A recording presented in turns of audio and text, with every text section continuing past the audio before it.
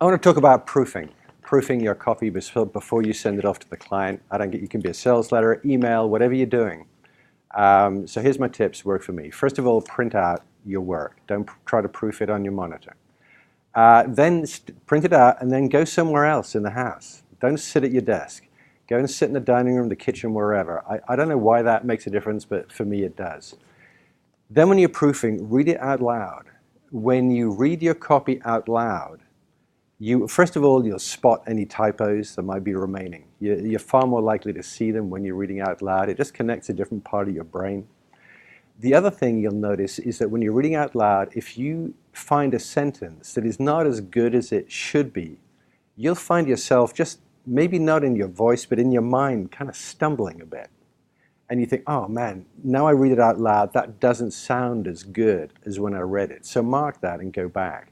So this is like a real kind of secret weapon for me, I guess, in terms of improving my copy, is I always read it out loud. Even if it's 20 pages, I read the whole thing out loud, and I'm always listening for that awkwardness.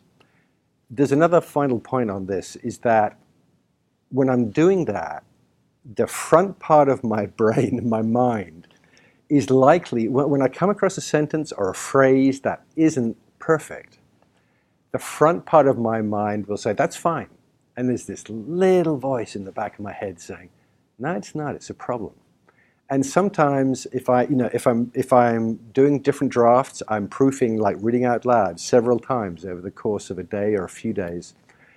And then finally I listen to that tiny voice in the back of my mind, and I go back, and it may be a whole sentence, maybe a phrase in a sentence, maybe a paragraph. And I tell you, the biggest improvements I make to my copy is when